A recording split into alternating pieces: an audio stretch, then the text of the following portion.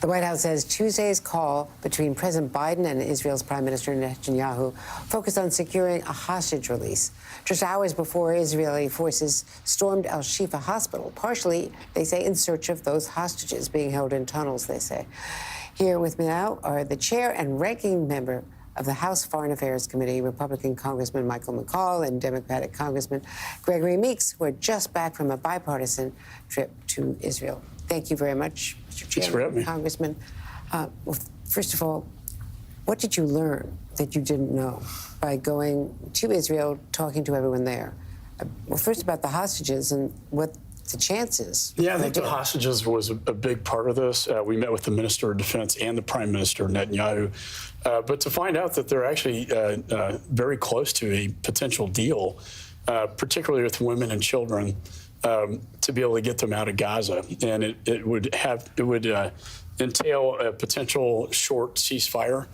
But I think that was the most encouraging news we had. But when we met with Netanyahu, he started out with the Hamas video that showed the brutal killings of the Jewish people in the kibbutzes that we've both been to, and at the concert.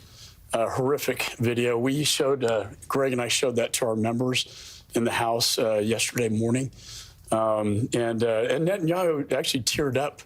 I've never seen him teary-eyed, and then gave a very powerful, speech to us about what's going on with the war, how Israel is responding to it. It's like they're 9/11.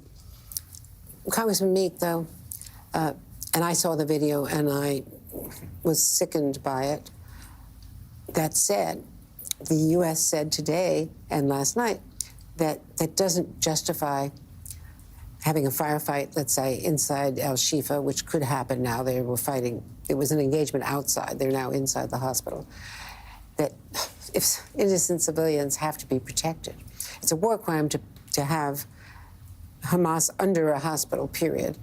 But it's also a violation of the rules of engagement to endanger innocent civilians. So what I think that is happening there is, when we talk to Prime Minister Netanyahu, when we talk to the Minister of Defense, is with the ground game, I think we could start to minimize the deaths of civilians. Because when you're on the ground, you're looking at your combatants face to face. And what's happening is, which no one is reporting and that we have found, is how Hamas is firing. They're jumping out of these tunnels from every place and firing on the IDF. And so by being on the ground, then the IDF can engage Hamas directly and then be able to get into those tunnels and show the world. I think the world needs to know how Hamas has been operating, because this is really all about Hamas. All the deaths that you've seen with reference to, of course, the 1,400 Israelis that were killed, but what Hamas is even doing to the Palestinian people. They are shooting and trying to prevent them from leaving to get to a safe passage.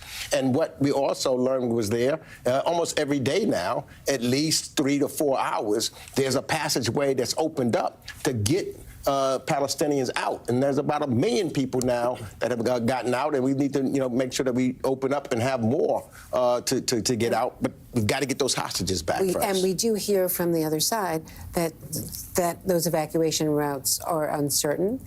Both sides, through creating obstacles, roads are blocked, and also that Israel is still insisting they won't give up. They won't agree to the 3-day pause to get the hostages out.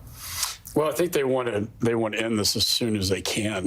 They have been very slow and deliberate to circle Gaza City. The hospital is basically a military infrastructure using human shields, both their Palestinian civilians and the hostages in a hospital. This is how brutal they are, and no respect for life. And so they want to encircle it. When the tunnels, they run out of fuel, they have to come above ground. And at that point, they'll capture and kill Hamas, and then they will hopefully rescue hostages and innocent civilians. Let me ask you about Chris Wray's warning, because you were at the Homeland, you're the former Homeland Chair. Mm-hmm. You were at the hearing today, and there is a strong warning from Chris Wray that there is a real threat to the U.S. homeland because of lone actors inspired by the violence on both sides. Mm-hmm. I saw a lot of this when I chaired Homeland. It was the height of ISIS and the Caliphate. So you're looking at basically two vector threats. One is inspiration over the internet, and the other is potential Hamas or terrorists entering the United States. We have nearly 200 people that were apprehended who are on the terror watch list. In my hometown of Austin, we had an Austin police officer who was shot and killed this week by somebody on the terror watch list. This is a real threat. And it concerns me because when I chaired Homeland, just a handful of those on the terror watch list getting in or attempting to get in would get my attention. And now we have nearly 200. So, we're looking at that threat that's inspired by Hamas and Hezbollah and Iran, but also the inspiration over the internet that is, if you go on the internet, and Greg and I have talked a lot about this, is the disinformation campaign. So if you type in Israel, Palestine, it's very pro-Hamas. And that's because Iran and Russia and China, because a lot of this is on TikTok, are spreading this disinformation about the war. Do you have evidence that they are already? I know the U.S. was looking for it. Yes. And TikTok, we know, is controlled, the algorithms are controlled by China, and so they are clearly trying to conduct this disinformation Targeting campaign. certain communities also, Yeah.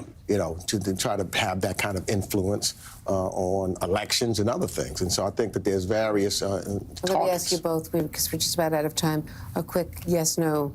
Is Israel and Ukraine going to get its money in a supplemental after the Christmas holiday break? Yes. Well, I definitely hope so. I know that we're locked and ready to go. We think we should have the funding for Israel, funding for Ukraine, funding for humanitarian purposes, and I think we also need funding for Taiwan and the Indo-Pacific. And the border. And the border. And the border. We're in agreement. We think it's all these threats are linked together. The world, there wouldn't be fistfights or potential fistfights on the Hill, but I'm not going to go there. It's good to see you. It's an interesting place right now, yeah. Interesting in the Maoist sense, right? Interesting times. Thank you very much. Thanks so much, Andrea. Good to be with you. Congressman Meeks.